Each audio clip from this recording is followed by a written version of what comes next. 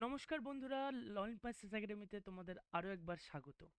আজকে যে অধ্যায়টা নিয়ে এসেছি আমরা, এটা এটা আমাদের অন্তিম পর্যায়ে দেখে থাকি যে যখন গেম ড্র হয়ে থাকে।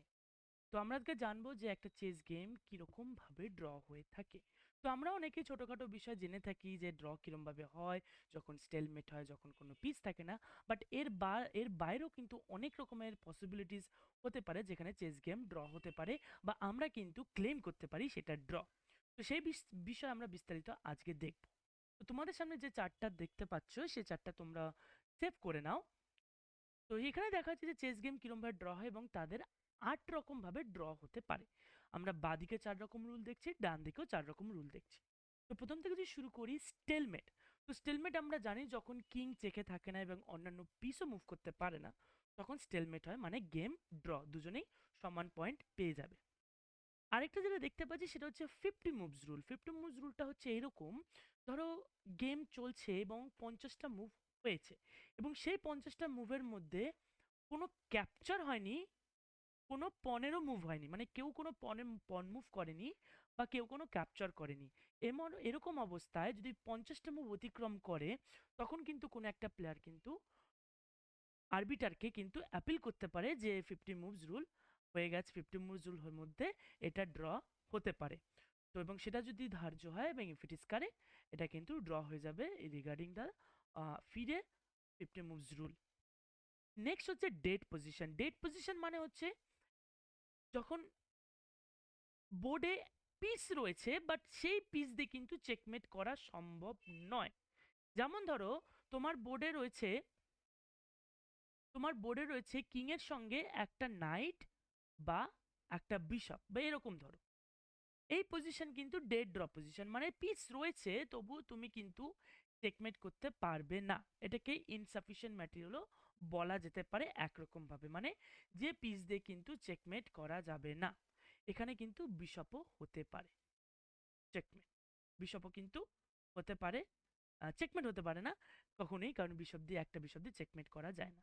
এবং তোমরা ভাবলে অবাক হবে, এখানে যদি আমি দুটো নাইটও বসাই, এখানেও কিন্তু থিওরিটিক্যালি কিন্তু চেকমেট কোনোদিনই পসিবল নয়। হ্যাঁ, এই এই জিনিসটা দেখে তোমাদের অবাক লাগছে যে দুটো নাইট থাকলেও কিন্তু চেকমেট হওয়া যাবে না। So this is insufficient material. ঠিক আছে, এটা হচ্ছে ডেড ড্র পজিশন, কোনো মতেই এটা চেকমেট করা যাবে না। আমরা যদি পরবর্তী চলে যাই, সেটা হবে ড্র বা পারপিচুয়াল চেক। এটার মানে হচ্ছে পারপিচুয়াল চেক মানে আমি খালি চেক দিয়েই যাব, আর অপোনেন্ট কিচ্ছু করতে পারবে না। কারণ জানি চেক দিলে one of the most forcing move, এবং চেক থাকলে সেটাকে প্রিভেন্ট করতেই হবে। এর মতো অবস্থায় এটাকে বলা হয় পারপিচুয়াল চেক। যেমন যদি আমরা পজিশনে দেখি, একটা পজিশন যদি আমরা সাজাই,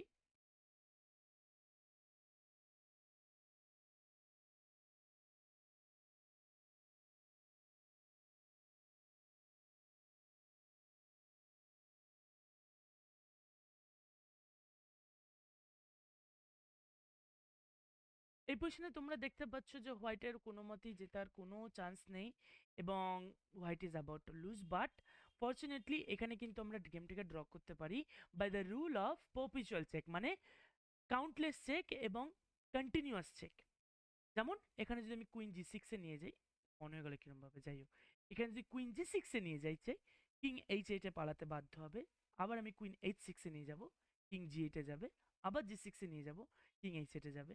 আবার এইচ6 এ নিয়ে যাব। তো এরকম চেক আমি দিতে থাকবো, হোয়াইট দিতে থাকবে, এবং ব্ল্যাকও কিন্তু চেক থেকে পালাতে পারবে না, অর্থাৎ এটা কন্টিনিউয়াসলি চেক হতে থাকবে।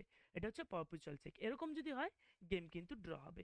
খুবই একটা ইম্পর্টেন্ট একটা টেকনিক, অনেক গেম কিন্তু এভাবে ড্র হয়েছে। পরেরটা যদি দেখি three full repetition. Three full রিপিটেশনটা হচ্ছে যখন হোয়াইট এবং ব্ল্যাক প্লেয়ার দুজনেই একই মুভ তিনবার তিনবার করে রিপিট করবে। এটা কিন্তু পারপিচুয়াল চেক না, চেক হবে না, এখানে কিন্তু অন্যান্য মুভও হতে পারে। যেমন যদি আমি পজিশনে যাই, আমি এই পজিশনটা যদি দেখি পারপিচুয়াল চেক ছাড়া, আমি দিলাম কুইন জি4, ঠিক আছে, র্যান্ডাম। ব্ল্যাক দিল রুক এফ7, আমি আবার কুইন এইচ5 গেলাম, ব্ল্যাক গেল রুক এফ8।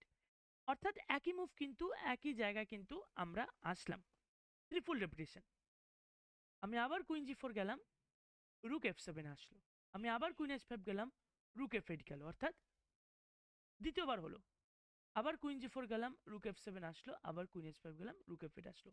অর্থাৎ একই পজিশন যদি ঘুরিয়ে ফিরিয়ে আসে সেটাকে বলে থ্রিফোল্ড রিপিটেশন। থ্রিফোল্ড রিপিটেশনের মধ্যে আরো একটা ভাগ আছে, যেটা হচ্ছে ফটোগ্রাফিক রিপিটেশন। ফটোগ্রাফিক রিপিটেশন মানে হচ্ছে একই পজিশন আসবে but not in a continuous way, interval অনুযায়ী আসতে পারে। মানে একই পজিশন যদি গেমে তিনবার আসতে পারে ঘুরিয়ে ফিরে যে কোনো টাইমে, তখন কিন্তু আমরা ড্র ক্লেম করতে পারি regarding according to the rule of photography position. Suppose এই পজিশন যদি আমরা ঘুরিয়ে ফিরে তিনবার আনতে পারি যেভাবে হোক, তাহলেও ড্র হবে। সাপোজ ও মুভ দিল রুক f6, আমি র্যান্ডম মুভ দিলাম, সব র্যান্ডম মুভ চলছে, আবার কুইন h5 এবং রুক f8, তো দেখা গেল এই পজিশনে কিন্তু এতগুলি মুভ করে ঘুরিয়ে ফিরিয়ে আসলো। আবার যদি এরকম ঘুরিয়ে ফিরিয়ে আসে, তো আবার সেই পজিশনটা কিন্তু একই পজিশন ঘুরিয়ে ফিরিয়ে আসছে, পজিশন কিন্তু ইমপ্রুভ হচ্ছে না, মানে পজিশন কিন্তু বারবার ফিরে আসছে, যেটাকে বলা হয়, যদি তিনবার হয় এটা হবে ফটোগ্রাফিক রিপিটেশন। ঠিক আছে, নেক্সটে গেলে ইনসাফিসিয়েন্ট ম্যাটেরিয়াল, মানে যদি কিং কিং থাকে আর কোনো পিসি নেই, সেটা হবে insufficient material. Agreement by draw মানে হচ্ছে কোনো টেকনিক্যাল কোনো জিনিস নয়, এটা হচ্ছে মিউচুয়াল অ্যাগ্রিমেন্ট। মানে একটা গেম শুরু হচ্ছে, আমি যদি কোনো একটা পর্যায়ে বলে থাকি যে আমি ড্র নিতে চাই এবং আমার অপোনেন্ট যদি অ্যাকসেপ্ট করে থাকে সেই ড্রটা, সেটাকে বলা হয় মিউচুয়াল অ্যাগ্রিমেন্ট। এইভাবে কিন্তু গেম ড্র হয়ে থাকে। তবে এখানে একটা বিষয় হচ্ছে, বিভিন্ন অর্গানাইজেশন টুর্নামেন্ট কর্তৃপক্ষ বিভিন্ন রুল অ্যাপ্লাই করে। যেমন তুমি 12টা মুভের আগে কিন্তু ড্র করতে পারবে না, মানে মিউচুয়াল অ্যাগ্রিমেন্ট করতে পারবে না, বা 20টা মুভ আগে মিউচুয়াল অ্যাগ্রিমেন্ট হবে না। তো অবশ্যই তোমাদের জেনে নেওয়া উচিত যে টুর্নামেন্ট তোমরা খেলতে চলেছো সেখানে তারা কতগুলি মুভের কিন্তু অ্যাগ্রিমেন্ট করে রেখেছে। হতে পারে 15, হতে পারে 16, হতে পারে 20, তোমরা অবশ্যই জেনে নেবে। এবং শেষটা হচ্ছে টাইম রানস আউট। মানে টাইম রানস আউট মানে আমরা হেরে যাব, রাইট? কিন্তু এখানে কথা হচ্ছে টাইম রাউন্ড হয়ে গেল, সাপোজ একটা পজিশন দেখি, এই পজিশন কিন্তু অলরেডি ড্র, কিন্তু যদি এখানে ব্ল্যাক টাইম ফল্ট হয়, মানে ব্ল্যাকের টাইম যদি চলে যায়, তাহলেও কি ড্র হবে, কারণ ব্ল্যাকের ফ্ল্যাগ হয়ে গেছে। According to the rule black কিন্তু এখানে হারতে পারে না, কারণ হোয়াইট কিন্তু ক্লেম করতে পারবে না যে হোয়াইট ইজ উইনিং, কারণ এটা insufficient material, dead draw position, একটা নাইট দিয়ে কখনো চেকমেট হবে না। তো সেই ক্ষেত্রে ব্ল্যাকের টাইম যদি চলে গিয়েও থাকে বা ফ্ল্যাগ পড়ে যায়, তাহলেও কিন্তু এটা ড্র হবে according to the rule of time runs out. তো এই যে তোমরা দেখলে 8 রকম পসিবিলিটিস, এই 8 রকম পসিবিলিটিস অবশ্যই আমাদের জানা উচিত অ্যাজ এ চেস প্লেয়ার, কারণ যখন যে কোনো রকম ভাবে কিন্তু ক্লেম আসতে পারে বা আমাদের সজাগ থাকতে হবে। তো আশা করি তোমরা আজকে বুঝতে পেরেছো ড্র সম্বন্ধে, এবং খুবই সহজভাবে তোমরা আসে বুঝেছো। না বুঝলে তোমরা ভিডিওটি আরো একবার দেখবে, আর কোনো রকম প্রবলেম থাকলে অবশ্যই কমেন্ট বক্সে কিন্তু আমাকে প্রশ্ন করতে ভুলবে না। আজ এ পর্যন্তই, তোমাদের সঙ্গে আবার দেখা হবে অন্য কোনো একটা অধ্যায় নিয়ে, অন্য কোনো একটা। বাই।